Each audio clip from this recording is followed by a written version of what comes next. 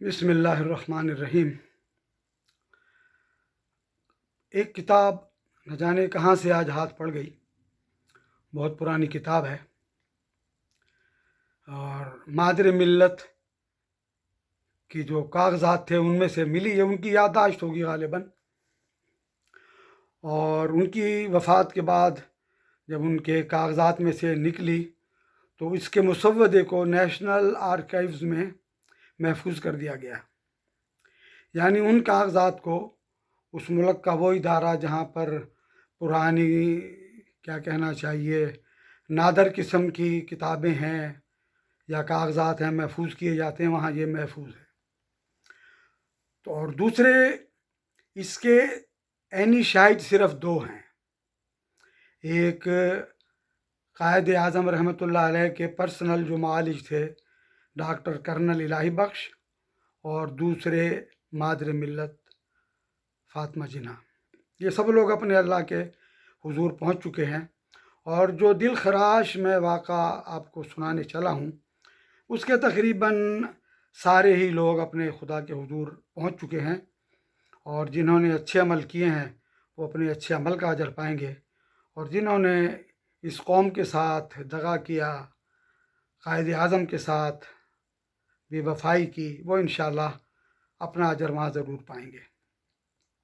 پہلے تو میری گزارش اور عرض ہے، میری اس بات کو سننے والے تو شاید 100-150 لوگ ہوں، اس سے زیادہ مجھے کوئی لوگ نہیں سنتے، مگر میرے سننے والوں میں بھی اگر ممکن ہے کوئی دوست، کوئی عزیز، کوئی بھائی اس پیغام کو ڈاکٹر معید پیرزادہ اور اولیاء مقبول جان تک پہنچا سکیں، اور انہیں کہیں کہ اس موضوع پر ایک سیر حاصل بحث ہونی چاہیے کہ یہ ایسا دل خراش واقعہ جو پیش آیا تو کس طرح پیش آیا تھا۔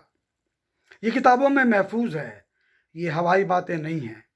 ڈاکٹر کرنل الہی بخش نے غالباً اپنی جو سوانح عمری لکھی ہے، اور وہ غالباً ان کی انگلش میں ہے، اس میں بھی انہوں نے یہ ذکر کیا ہے۔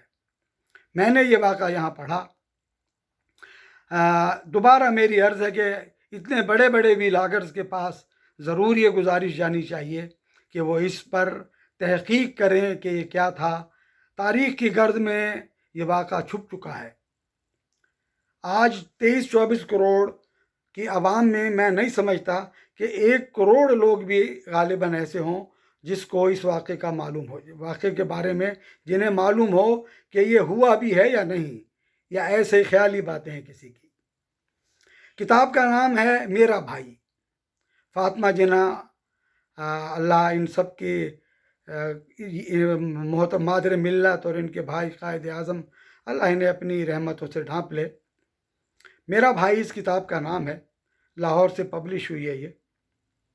اس میں وہ لکھتی ہیں کہ غالباً 10 ستمبر کو ڈاکٹروں نے مجھ سے بتا دیا تھا کہ قائد اعظم کی حالت اب بہتر نہیں ہے۔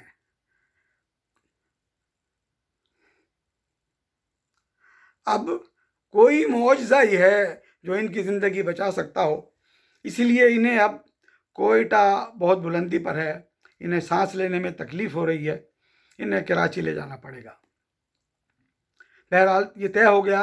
کراچی ماری پور ایئرپورٹ پر اطلاع دے دی گئی کہ آج قائد اعظم کا طیارہ ماری پور پر لینڈ ہوگا، اور یہ مریض ہیں، ہمیں ایک ایمبولینس کی ضرورت ہے۔ محترمہ لکھتی ہیں کہ جب ماری پور ایئرپورٹ پر ہم اترے تو پہلے سے چونکہ بتا دیا گیا تھا تو اس لیے کوئی وہاں پر نہیں آیا۔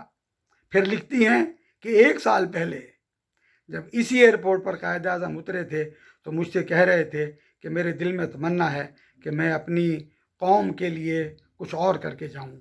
یہ ملک تو اللہ نے دلوا دیا، آزاد کر دیا، مگر اس قوم کو میں کوئی مقام دلانا چاہتا ہوں پوری دنیا کے معاشرے میں، مگر آج ہم نے کسی کو مطلع نہیں کیا تھا۔ جب ایئرپورٹ پر اترے تو پہلا شخص جس نے ہمارا استقبال کیا گورنر جنرل کا ملٹری سیکریٹری جیفرے نولز تھا۔ اس نے ہمارا استقبال کیا، اور ایک آرمی کی، ملٹری کی